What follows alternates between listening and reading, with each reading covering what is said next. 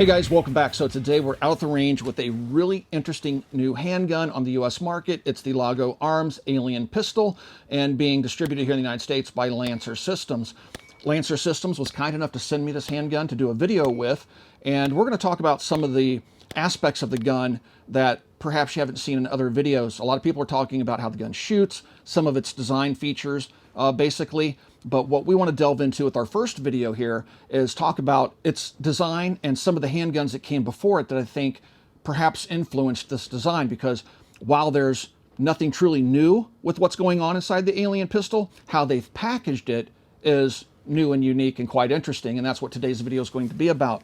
But before we get started with today's video, guys, if you'd like to support us here at the Military Arms channel so we can continue to bring you content like this, please consider becoming part of our Patreon family. You'll get early access to videos like this one, you'll get direct access to me, I answer all private communications, and we have other perks as well. There's a link in the video description below. Also, if you enjoy the content, please take a moment to hit that like, share, and subscribe button. Also, mash that notification bell. With all that being said, let's get started with today's video talking about the Alien pistol. First, I want to drive home the point that the Alien pistol is intended to be used in the competitive shooting circles. It is not intended for concealed carry. It is not intended for military law enforcement use. It is narrowly focused on that one niche market, and that is competitive shooting. With that in mind, let's talk about how the gun ships. At least in this particular configuration, I think they're going to offer the gun with more or less accessories, which will, fluctuate the price of the handgun somewhat. So you'll get this hard box that does have locking points on it, so it should be safe and approved by airlines for use for travel. When you open it up, it really has a nice presentation, and it should for the price that it commands. You'll have some cleaning solvents here. Here's an additional upper half to the gun with a red dot sight. We'll talk more about that here in a moment. 2 magazines, some tools, the pistol itself, and then over here we have a holster, which is nice because the gun obviously is new to the market, rather unique in its design, and finding a holster would be quite difficult. And then underneath the foam on the lid, you'll have your owner's manual, pistol lock, things like that. So that's what's in the box. And if you take a look, it's really nice. It has this blue accent on the bottom, says Alien on it. It's really, really nice packaging. I know a lot of people like nice boxes, and other people will complain when they buy a SCAR and it comes in a cardboard box. They would like to have something more like that for their money. So if you're going to spend the money, you got a nice box. If you guys haven't checked out Primary Arms online, please swing by and check out their website. They have all sorts of inventory that ranges from firearms to accessories, really good prices, fast shipping, outstanding customer support. If you use the code MAC and you purchase a PA branded optic or red dot sight with a magnified optic, you'll get a free scope mount with that MAC code. Or if you pick up a red dot sight or a prism sight, you'll get a free kill flash anti-reflective device. So please check out primaryarms.com. Let's take a look at some of the features of the handgun. First of all, let's start off at the rear of the gun. Down here at the bottom, we have a nice flared mag well. The magazine, which is a 17-round magazine with extended floor plate. You can see how the mag well works and how that magazine interfaces with that. Coming up, we have pretty aggressive, very fine stippling on the back strap here, which looks like it's replaceable. And then on the front, we have, again, very aggressive, very fine stippling on the front. On the side panels, held in place by 2 screws, we have G10 grips. These are somewhat bulged. I'm sure you could pick up grip panels later that make the grip a little bit more narrow. It's a very thick feeling handgun, but a lot of that has to do with the G10 grips they've chosen for the gun. You can see they kind of bulge away from the frame itself. Then, as we move up, they have a magazine release. It is reversible. You will notice there isn't a slide, stop, slide release on the right-hand side of the gun, but the magazine release can be reversed for left-handed shooters. The grip frame and the upper receiver are 2 separate components, as evidenced by this screw holding the trigger guard to the frame up front. Now, removing the grip frame from the upper isn't something you do during normal maintenance, but it's just interesting to note that they've used a 2-piece system for the handgun, where typically you have a solid lower receiver and then a slide on top of it. So it's a little bit different. As we move up, we have very aggressive texturing here. The serrations on the slide are very, very positive. And then with the standard upper, I don't know what to call it because they call it the upper slide assembly in the owner's manual, but this upper piece, which has your sights on it, is actually fixed. It is pinned in place and does not move. the slide moves around it. Okay, so that's really interesting. We have an adjustable rear sight on the base model, but you can put a different top piece on here and use a red dot sight.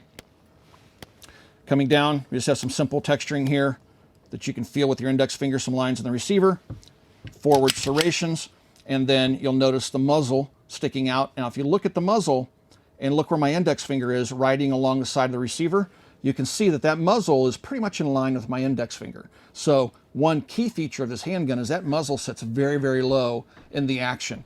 And that makes the recoil impulse much different than something that would have a high center of bore axis over the shooter's hand.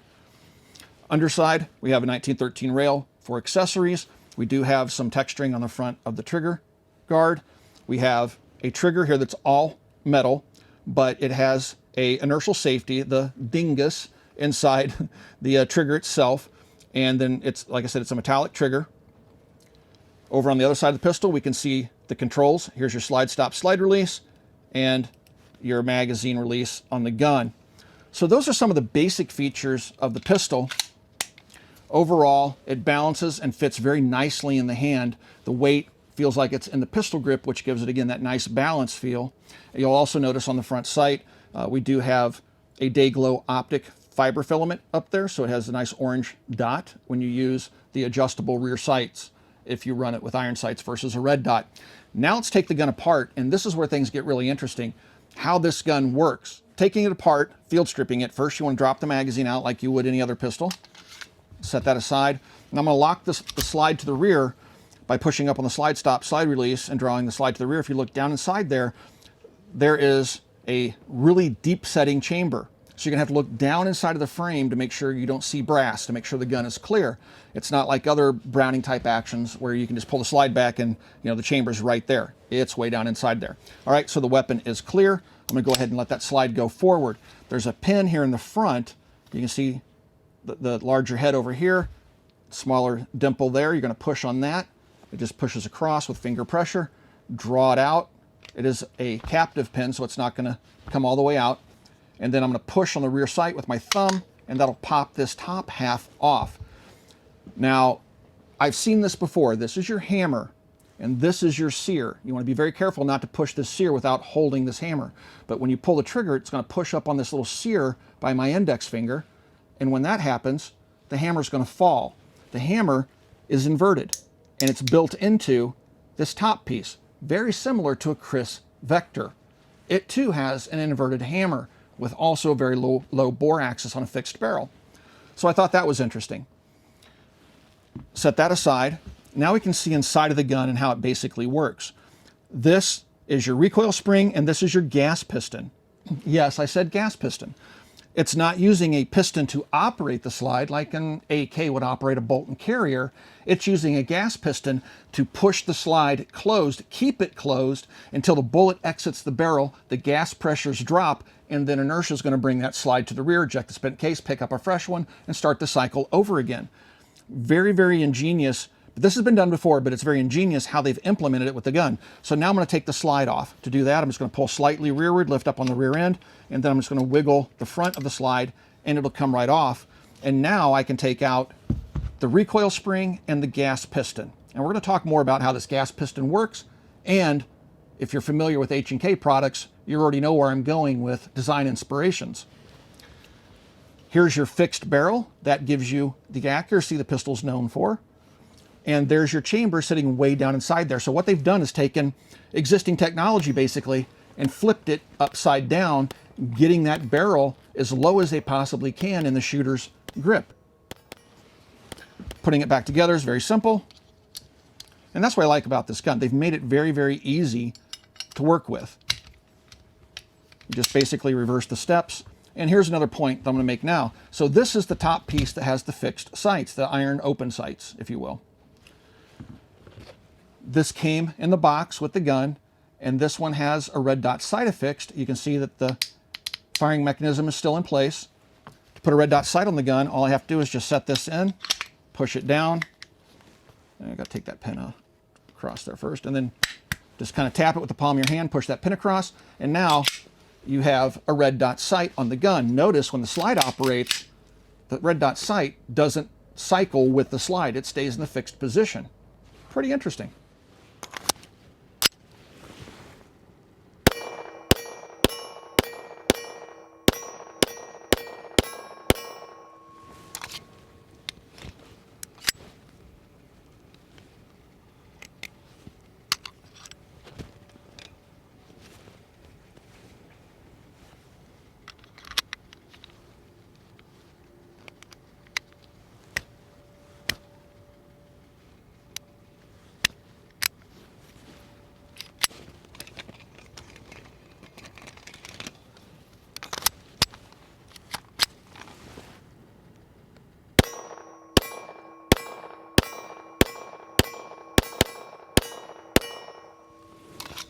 The concept of a gas-delayed self-loading firearm is nothing new. The Germans developed the technology during World War II.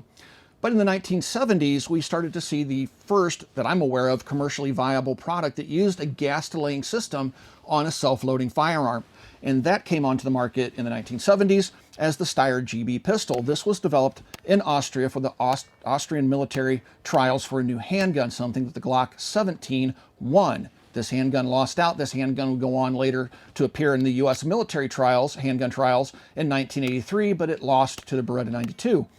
So this handgun, some folks are aware of, other folks don't know exist, but it's a very interesting firearm to say the least, but it's gas delayed. Now, I'm going to go ahead and take the gun apart, drop the magazine out, make sure that it's empty here. You have a disassembly tab. I'm going to push forward. And then when you push the tab forward, I'm going to go ahead and let that hammer down. That releases this end cap, which I can turn. It's like a bushing, like a 1911 style bushing. That comes off. And now the recoil spring will come right out the front of the gun. I can pull the gun to the slide to the rear on the gun, and now that'll come right off. And now you can see how the Austrians did it. This is your gas piston area. It looks much like an AK gas piston, if you will. And the reason you see so much carbon out here is because it's tapping gas off, and it's using that gas here to push forward on the slide to keep that slide closed until the bullet leaves the barrel, gas pressures drop off, and then inertia can carry that slide rearward. So it's pretty interesting how they did it. They could have perhaps gotten the barrel even lower in the shooter's hand had they simply inverted this and put the recoil spring on top, which is what the Alien did. Okay? But it has a fixed barrel, just like the Alien, which means it's going to give pretty good accuracy. So we can set this design aside. Later, a gun most of you are probably aware of, the P7 within a few years would come out and hit the US market. It too uses a gas delaying system. Later, Walther would have the CCP pistol and stuff like that. This is by no means a comprehensive list of guns that use a gas delay system. But the P7 is probably one of the most prolific. The P7, I'm going to go ahead and drop the magazine out of it. Take it apart here for you really quick. Now, it has a fixed barrel, just like the other pistols. The recoil spring is over the barrel versus under it. But here, you'll see the gas piston used to hold the slide closed during firing. And what does that look like? So the P7 obviously had some influence over the design of the Alien pistol. So let me show you guys here really quick how the system works with regards to the Alien pistol. So you have a 9mm cartridge sitting in the chamber. As soon as that cartridge ignites and the bullet starts to move down the barrel, it's going to vent gases off into a chamber just above the barrel that's going to push forward on that gas piston, which is going to push that slide closed, hold it closed until the bullet can exit the barrel, gas pressures drop off, and then again inertia will take that slide to the rear. So that's how that gas system is working on all of the guns I've shown you here. The only difference is the Laugo Arms gun, the Alien, has inverted that, so the gas chamber's on top versus on the P7 being below the barrel. Again, had the Germans inverted this system, that barrel could have sat even deeper in the shooter's hand and put the recoil spring over the barrel. Still, just inverted it and put the gas piston above it. But they didn't. And the P7 is a really popular design, even though it's no longer in production. So that's where the Alien gets its design inspiration, and in my opinion, they've simplified it even more by putting the gas piston right next to the recoil spring and maintaining that fixed barrel. It's just really a truly ingenious design. I get asked all the time, Mac, how can I get involved in the firearms industry? Well, there's no easy answer, but one way you can easily get involved in the firearms industry is to become a certified gunsmith. Modern Gun School has been teaching gunsmiths since 1945. It is an accredited college, and also if you're a veteran and have a GI Bill, you can use that to enroll at Modern Gun School. So please swing by and check them out. I have a link in the video description below. We have a couple of other videos planned for the Alien pistol. Our next video will shoot 500 plus rounds of different types of ammunition, get a feel for how it shoots, how reliable it is. We already know that from reading the owner's manual, it says to keep the gun, especially the gas system, clean. Must clean it around every 500 rounds or so. I've read reports online that the guns don't like hollow points or blunt nose bullets. That's not surprising. The gun was developed for competitive shooting, not for concealed carry, law enforcement, military type applications. So I don't care if it doesn't work with hollow points. That's not what its purpose is. And then we will, in that vein, compare it to other firearms that it competes against on the U.S. market for those competitive shooter dollars. Now, the handgun does come to market right around $5,000, which makes it very expensive. But once again, it's targeting those competitive shooters who will spend $5,000 at the drop of a hat. That's not a lot of money to them if they buy a firearm and accessories that they think will give them that competitive advantage. All right, guys, I hope you enjoyed today's video, taking a deep look at the Alien pistol and how it operates and some of, perhaps some of the design inspirations that influenced the development of this handgun. If you would like to support us, again, there is a link down below to Patreon. Please consider becoming part of our Patreon family. Also, right here on YouTube, in the age of demonetization, you can click that little join button under the video player you're watching right now and support us right here on YouTube. And last but not least, guys, please swing by and check out coppercustom.com. Thank you for 13 years of support, and we'll talk to you guys soon.